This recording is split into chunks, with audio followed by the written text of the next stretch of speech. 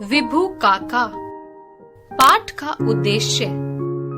प्रस्तुत कहानी पर्यावरण संरक्षण, निस्वार्थ भावना, प्रकृति, प्रेम, परोपकार व वृक्षारोपण के महत्व पर आधारित है, जो पाठकों को पर्यावरण संबंधी समस्याओं के प्रति जागरूक करते हुए ज्यादा से ज्यादा वृक्ष लगाने के लिए प्रेरित करती है। विभू काका ने विदेश में शिक्षा प्राप्त की।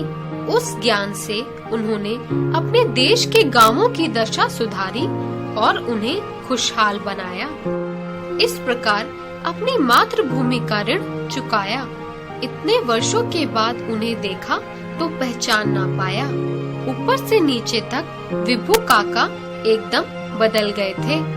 पहले कोट पैंट पहना करते थे, टाई लगाना भी नहीं भूलते थे, जूते भी चमचमाते हुए होते थे, किंतु अब विभू का कुछ दूसरे ही लगते थे। एकदम बदले बदले, खादी कुर्ता पजामा, साधारण सी चप्पलें, सिर के बाल भी छोटे छोटे। लगता था ये विभू का कोई और है। काका पहचाना नहीं? मैंने कहा ही था कि काका लिपट पड़े। अरे विज्जू, तुझे नहीं पहचानूंगा। कब आया तू? आज, अभी, मैंने हंसते हुए कहा। सामान कहाँ है? उन्होंने उत्सुकता से पूछा। मैंने सामान रखे झोले की ओर इशारा किया तो वे चौंक पड़े। बिस्तर विस्तर कुछ नहीं? आश्चर्य से उन्होंने पूछा। मैं हंस पड़ा। इतनी लंबी यात्रा में बिस्तर कहाँ उठाता फिरता, इसी से काम चला लेता हूँ।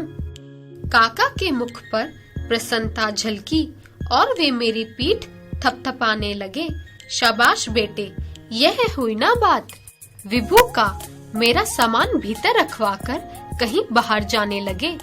घर के लोगों को जाते जाते यह हिदायत देना नहीं भूले कि विजय का ध्यान रखना। सचमुच मुझे कहीं कष्ट अनुभव नहीं हुआ। मैं आश्चर्य से काका का यह अनोखा संसार देख रहा था।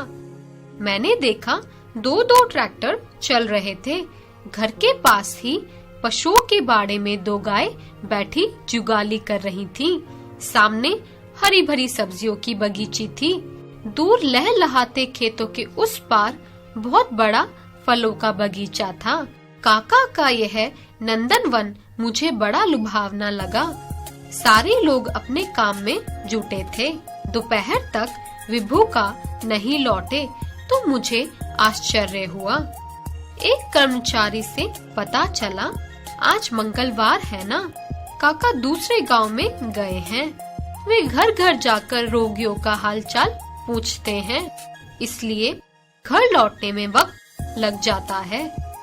विभू का ने अमेरिका में कृषि विज्ञान की पढ़ाई की थी। उसके बाद भारत लौटकर दिल्ली के पूसा कृषि अनुसंधान संस्थान में वर्षों तक काम करते रहे। 2 में पैदावार कैसे बढ़े, लोग गरीबी भुखमरी से कैसे मुक्त हों, इस पर वे अक्सर बातें करते थे।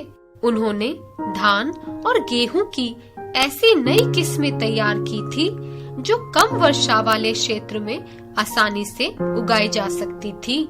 मक्का पर भी उनकी खोज कम महत्वपूर्ण नहीं थी। एक भुट्टे की जगह उन्होंने 6 7 भुट्टे उगाए थे।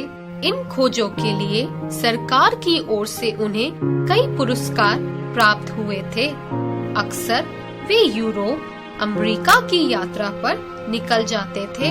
वहाँ बड़े बड़े भाषण दिया करते थे। सफलता उनके कदम चूमती थी। विदेश में बसने के लिए उन्हें वहाँ की सरकारों ने बड़े बड़े प्रलोभन भी दिए थे, किंतु काका को तो अपना देश ही प्यारा था। अपने ही देश के किसानों की सेवा करने की उन्होंने ठान ली थी। काका अब पूरी तरह बदल चुके थे, एकदम किसान बन गए थे। यहाँ कैसा लगता है आपको?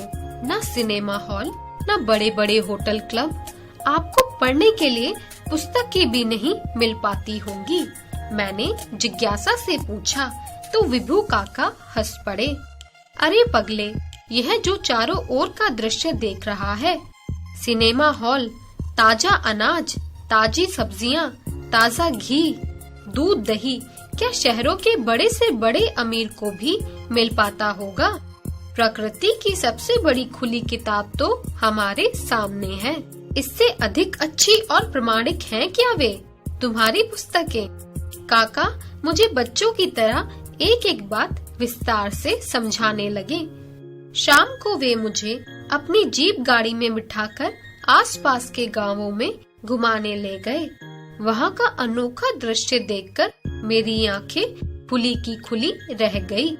गांवों में भी सबके घर पक्के थे। सब घरों के आगे गाय बंधी थी। गांवों के बीच एक पाठशाला थी। सब बच्चे साफ सुथरे कपड़े पहने थे। लोग स्वस्थ तथा हष्ट-पुष्ट थे। मैंने पूरे भारत का भ्रमण किया है, पर ऐसे गांव मैंने कहीं नहीं देखे।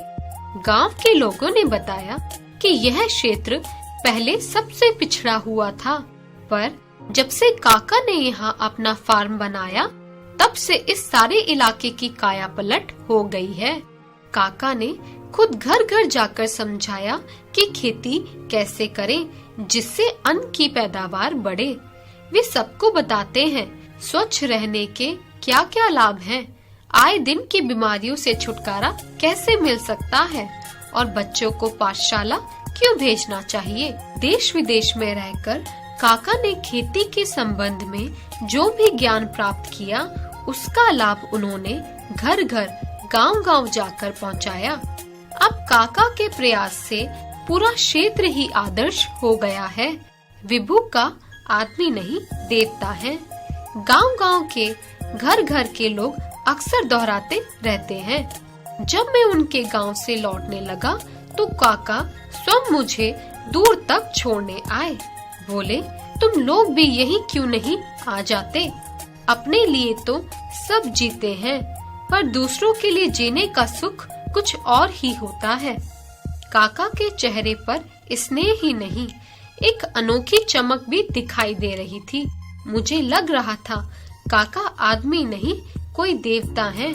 जो व्यक्ति दूसरों के लिए जीता है, वह आदमी के रूप में देवता ही होता है।